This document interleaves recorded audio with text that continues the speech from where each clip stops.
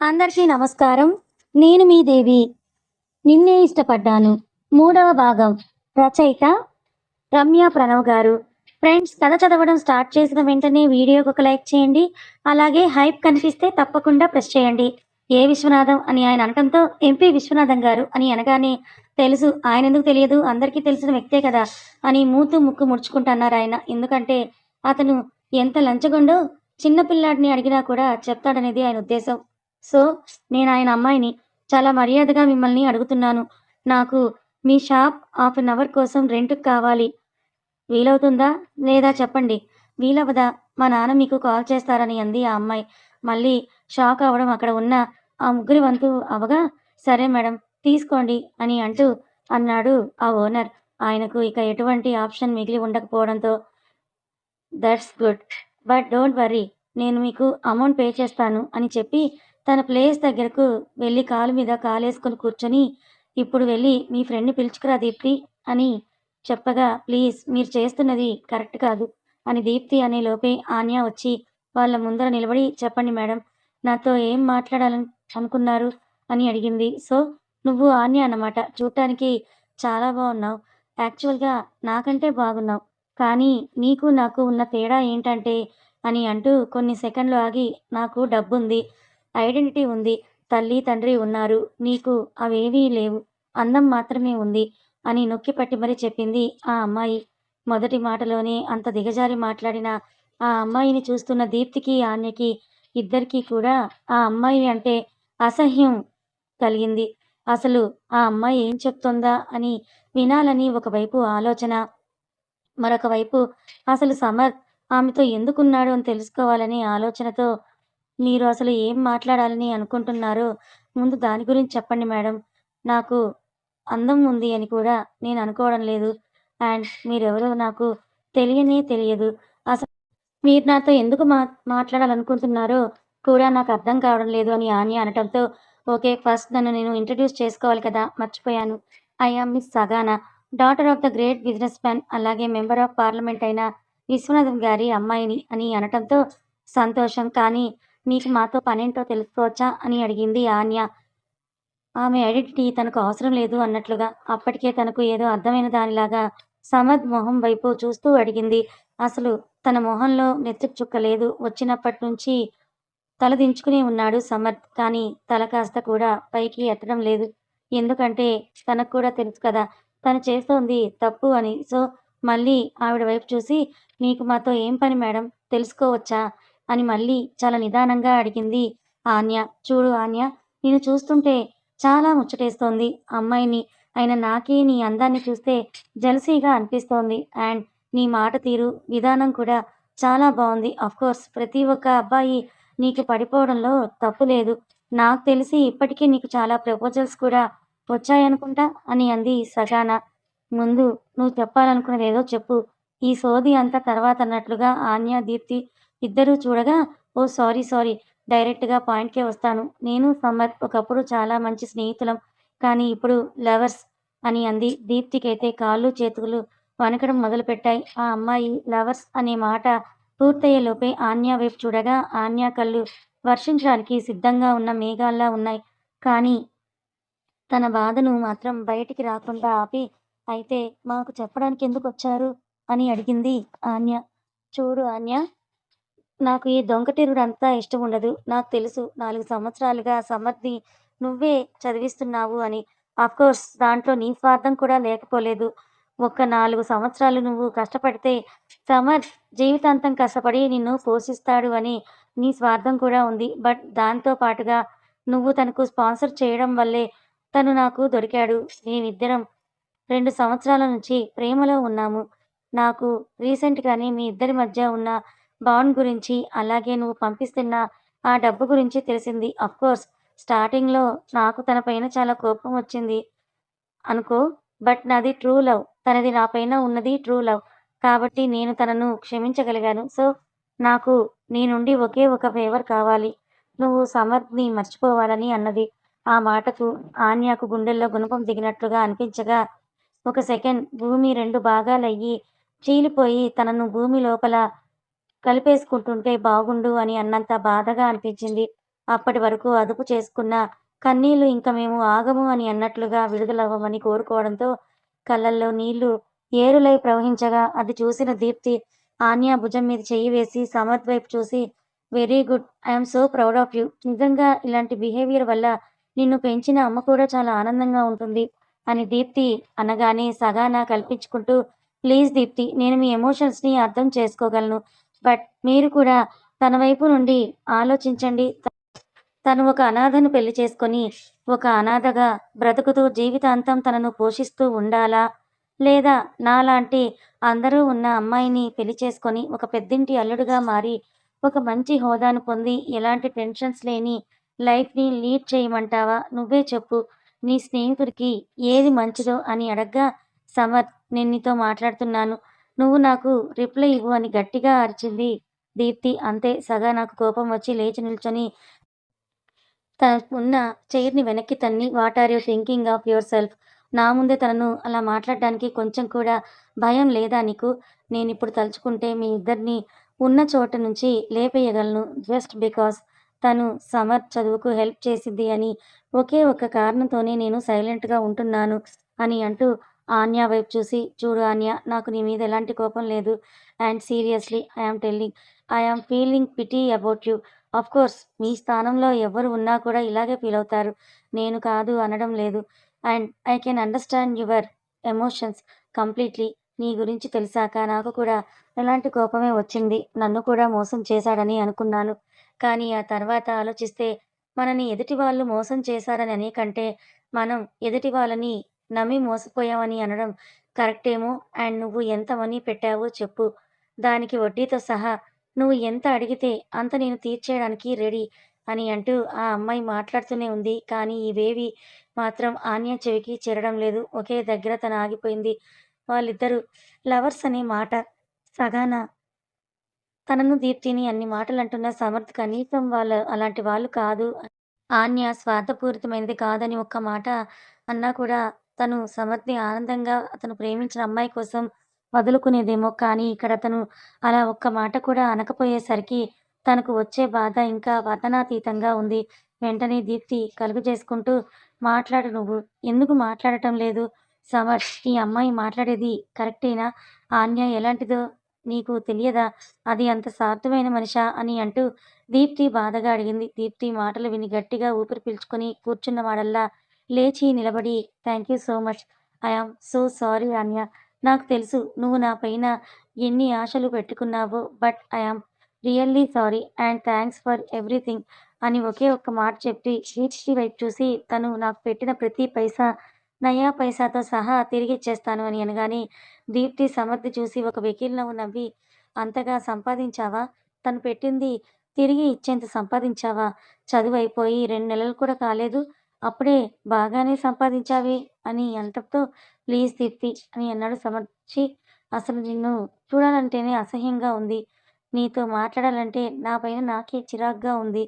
ఇన్ని సంవత్సరాలు నిన్ను నా స్నేహితుడిగా చెప్పుకున్నందుకు నేను చాలా సిగ్గుపడుతున్నాను. అయినా డబ్బు కోసం ఇష్టపడిన అమ్మాయిని కాదని ఇంకొక అమ్మాయిని ప్రేమించి ఆ అమ్మాయి డబ్బుని డబ్బుగా చెప్పుకునే నువ్వు మా కాలి చెప్పుతో సమానం. నువ్వు 100,00,00,000 తెచ్చి ఆన్య ముందుకు కుమ్మరించినా సరే, అది ఈ 4 సంవత్సరాలు పైసా పైసా కూడబెట్టి నిన్ను పంపించిన దానికి సమాధానం కాదు అని అంటూ సగాన వైపు తిరిగి I am so sorry to speak like this. But I mean it అని అన్నది. సమర్ మాత్రం ఆన్య వైపు చూస్తూనే ఉండగా, ఎటో శూన్యంలోకి చూస్తున్న ఆన్యను చూసిన దీప్తి కూడా తనను కలిపి చెప్తూనే ఉన్నానా? ముందు నుంచి చెప్తూనే ఉన్నాను. నా మాట విన్నావా నువ్వు? వాడిని నమ్మి మోసపోయావు. తప్పు నీది. నిజంగా సగన చెప్పింది కరెక్టే. తప్పు మోసం చేసే వాళ్ళది కాదు, మోసపోయే వాళ్ళది. అలా నువ్వు మోసపోయావు. ఇంకేం చేయలేవు. ఎందుకే? ఎందుకు ఇంకా ఇలా సైలెంట్‌గా ఉన్నావు? ఏడువే. గట్టిగా ఏడిస్తే కనీసం లోపల ఉన్న బాధైనా వెళ్ళిపోతుంది కదా! అని అన్నది దీప్తి. ఆ మాటలు విన్న ఆన్య ఏదో డిసైడ్ అయిన దానిలా కళ్ళు తుడుచుకొని సమర్ మొహం కూడా చూడకుండా సగానా వైపుకి తిరిగి ఒక అమ్మాయిగా నా బాధను అర్థం చేసుకున్నారు. అదే నాకు చాలా సంతోషం. దయచేసి మీరు ఇంక వెళ్ళండి. నాకు ఎలాంటి డబ్బు అవసరం లేదు. ఈ 4 సంవత్సరాలు నేను ఒక ముష్టివాడికి ధర్మం చేశానని అనుకుంటాను అని అంటూ 2 చేతులతో సగానాకు చేతులెత్తి నమస్కారం పెట్టి లోపలికి వెళ్ళిపోయింది. వెళ్తున్న ఆన్య వైపు వెళ్ళబోతున్న దీప్తిని చూసి I am so sorry. But అర్థం చేసుకోండి. నేను కూడా తనని చాలా ప్రేమించానని అంది సగాన. దానికి దీప్తి సగాన వైపు చూసి ఇప్పుడు మీకోసం నా స్నేహితురాలిని వదిలిపెట్టాడు. రేపు ఇంకెవరి కోసమో మిమ్మల్ని వదిలిపెట్టడని గ్యారంటీ ఏంటి? మీ దగ్గర ఇప్పుడు డబ్బు ఉంది కాబట్టి మిమ్మల్ని ప్రేమిస్తున్నాడు. రేపు మీ దగ్గర డబ్బు లేకపోయినా అంతకంటే ఎక్కువ డబ్బున్న అమ్మాయి వచ్చి తనకు ప్రపోజ్ చేసినా మిమ్మల్ని వదిలిపెట్టడని గ్యారంటీ లేదు. కాబట్టి మీరు కూడా జాగ్రత్త అని అంటూ సమర్ వైపు చూసి నీ మీద కాండ్రించి ఉమ్మేయాలనుంది. కానీ నా ఉమ్ముకున్న విలువను నేను పోగొట్టుకోను. నీతో మాట్లాడినా కూడా నాకు పాపం చుట్టుకుంటుంది అని అంటూ మళ్ళీ సగాన వైపు తిరిగి సారీ. కానీ మీకు మనస్ఫూర్తిగా థాంక్స్ చెప్పుకుంటున్నాను. మీరు ఇప్పటికైనా వచ్చి నా స్నేహితురాలి కళ్ళు తెరిపించారు. లేదంటే ఇంకా ఈ మృగాన్ని నమ్ముతూనే ఉండేది అని చెప్పి లోపలికి వెళ్ళిపోయింది దీప్తి. వెళ్తున్న వాళ్ళిద్దరి వైపు చూసి పద సమర్థ్ అని అంటూ సమర్థ్‌ని తీసుకొని బయటకి వెళ్తూ ఎంత పే చేయమంటారు అని హరికృష్ణ గారు అడగగా, అవసరం లేదమ్మా మీరు వెళ్ళొచ్చని ఆయన అనడంతో వాళ్ళిద్దరూ అక్కడి నుంచి వెళ్ళిపోగా, ఇదంతా గమనించిన ఆయన మాత్రం ఆన్యని చూసి చాలా బాధపడ్డాడు. ఆన్య 4 సంవత్సరాలుగా ఆయన షాప్‌లోనే పనిచేస్తోంది. వచ్చిన ప్రతి ఒక్కరితో చాలా మృదువుగా మాట్లాడుతుంది. అక్కడ కాలేజీలో ఉండి వచ్చిన ప్రతి కస్టమర్ అక్క అని ప్రేమగా పిలవగా, వాళ్ళను తమ్ముడు, చెల్లి, చిన్న అని అంటూ వరుసలు పెట్టి పిలుస్తూ వాళ్ళందరి మనసులని గెలుచుకుంది. తను 2 రోజులు షాప్‌కు రాకపోతే కస్టమర్స్ అందరూ కూడా తనని గుర్తు చేస్తారు. ఒక పూట సాలరీ లేట్ అయినా కూడా ఏ రోజు అది, ఇది అని అన్నదే లేదు. దీప్తి మాత్రం చాలా నిక్కచ్చిగా ఉంటుంది. పనుల విషయంలో, తన డబ్బు విషయంలో, అన్నింటిలో కూడా. కానీ తనకు కూడా చాలా మంచమ్మాయే. అలా ఆలోచిస్తున్న ఆయనకే అంత బాధగా ఉంటే ఇంక దీప్తి, ఆన్యల గురించి చెప్పనక్కర్లేదు. లోపలికి వెళ్ళిన ఆన్యను అక్కడ ఉన్న స్టాఫ్ అంత జాలిగా చూస్తుంటే, ఆ జాలి చూపులను భరించలేక నేను ఆశ్రమంకి వెళ్ళిపోతాను. నాకిక్కడ ఉండాలని లేదు అని దీప్తితో అంది. సరే ఒక్క నిమిషం ఉండు అని అంటూ దీప్తి కూడా ఓనర్ దగ్గరికి వచ్చి సార్ అని అనటంతో ఈ రోజుకు మీరిద్దరూ వెళ్ళిపోండమ్మా. నేను మేనేజ్ చేసుకుంటానులే ఇక్కడ అని అన్నారాయన. ఆ మాటకి దీప్తి ఆయనకు నమస్కారం చేస్తూ ఉంటే మనలో మనకు ఇవన్నీ ఎందుకమ్మా? నేను మిమ్మల్ని ఇన్ని రోజుల నుండి చూస్తున్నాను కదా! మీరేంటో నాకు తెలియదా?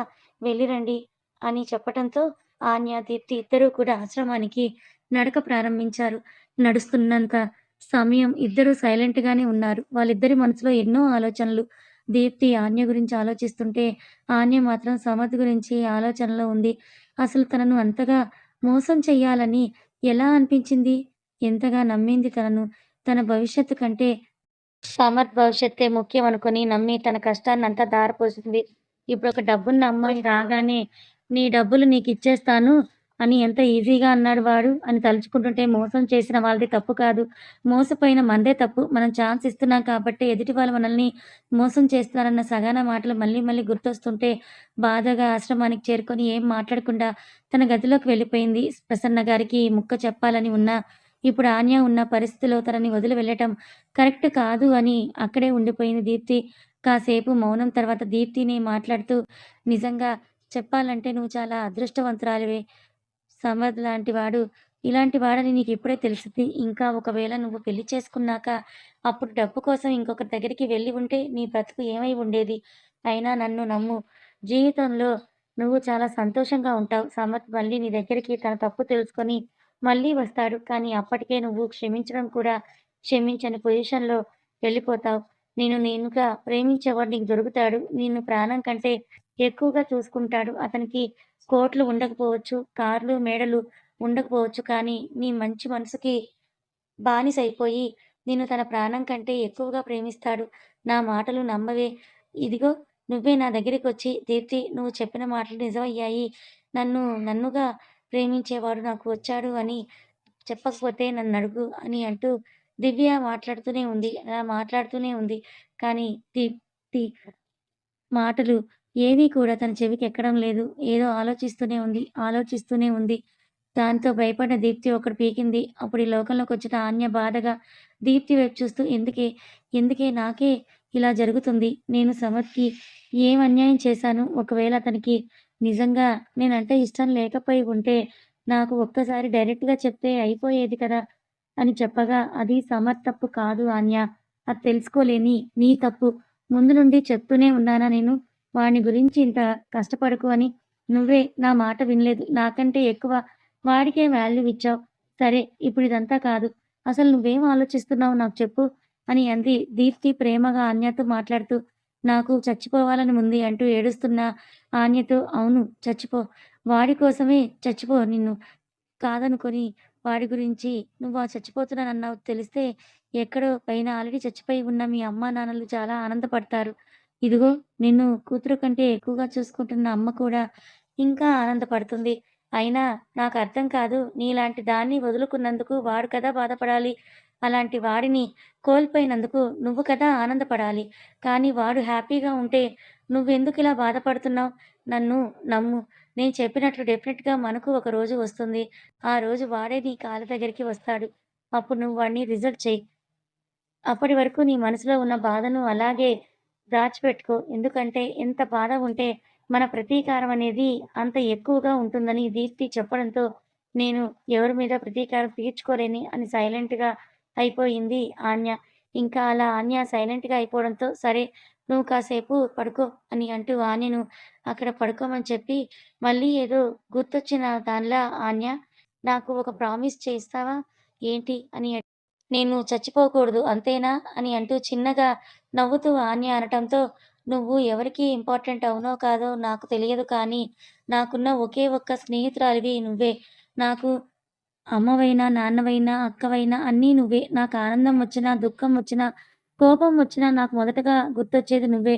నువ్వు నాకెంత ఇంపార్టెంట్ అనేది నేను నీకు మాటల్లో వ వివరించలేనిది. కాబట్టి నా కోసమైనా ఎలాంటి అఘాయిత్యం చేసుకోనని నాకు మాటివ్వు అని అడగ్గా, ఆన్య సైలెంట్ అవ్వడంతో, ఇదేనా నువ్వు నాకిచ్చే విలువ? సమత్‌కిచ్చే విలువలో కాస్త కూడా నువ్వు నాకివ్వలేవా చెప్పు? అని దీప్తి అలా బాధగా అనగానే, నువ్వు కూడా ఎమోషనల్ బ్లాక్‌మెయిల్ చేస్తున్నావు కదా! అని అంటూ అడిగింది ఆన్య. "నువ్వేమైనా అనుకో, నాకు ముందు మాట ఇవ్వు. నువ్వేం చేసుకోను" అని అడగ్గా, సరే అంటూ ఆన్య మాట ఇవ్వడంతో, తన దగ్గర ఉన్న ఏదో టాబ్లెట్ తీసి, "ఇది వేసుకో" అని అడిగింది. దేనికి అని అన్నీ అడగ్గా, "నేను చెప్పినట్టు చెయ్యి. ఇది వేసుకో" అని అనటంతో ఆని ఆ టాబ్లెట్ వేసుకోగా, తనను కాసేపు పడుకోమని పడుకోబెట్టగా, "ఇప్పుడు నాకు నిద్రొస్తుందా?" అని అడిగింది. "రాకపోయినా జస్ట్ అలా కళ్ళు మూసుకో. ఇంకేం ఆలోచించకు" అని చెప్పి సరిగ్గా 20 నిమిషాలకు ఆన నిద్రలోకి జారుకోగా, తనకు బెడ్‌షీట్ కప్పేసి సమత్ గురించే మాట్లాడడానికి ప్రసన్న గారి దగ్గరికి వెళ్ళింది దీప్తి. కథ కొనసాగుతుంది. మరి ఈ కథ పైన